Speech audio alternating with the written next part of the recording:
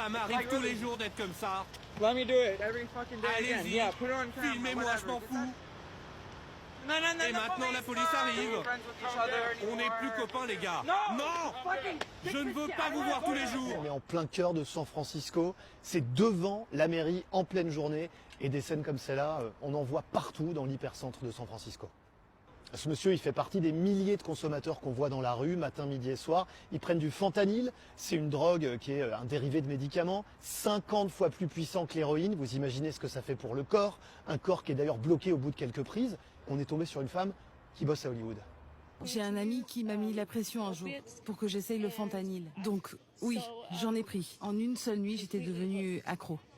Si j'ai un conseil, n'y touchez pas. Ce qui est effroyable, c'est que dans cette zone qui est grande comme 2 arrondissements parisiens, vous avez de la livraison un petit peu comme Uber Eats. Ça se fait avec des trottinettes, matin, midi et soir. Vous pouvez avoir votre dose pour moins de 10 $. Et quand on pose la question à la police de savoir ce qu'elle fait... Bon, je m'arrête là. Ce serait mieux de parler avec notre responsable de la communication au commissariat. Mais croyez-moi, nos équipes sont dédiées et elles sont très responsables. Vous avez aux États-Unis chaque année près de 100 000 overdoses à cause du fentanyl, ce fameux médicament fabriqué au Mexique ou en Chine. C'est un enjeu énorme dans cette élection américaine. C'est évidemment dans la tête de beaucoup d'électeurs.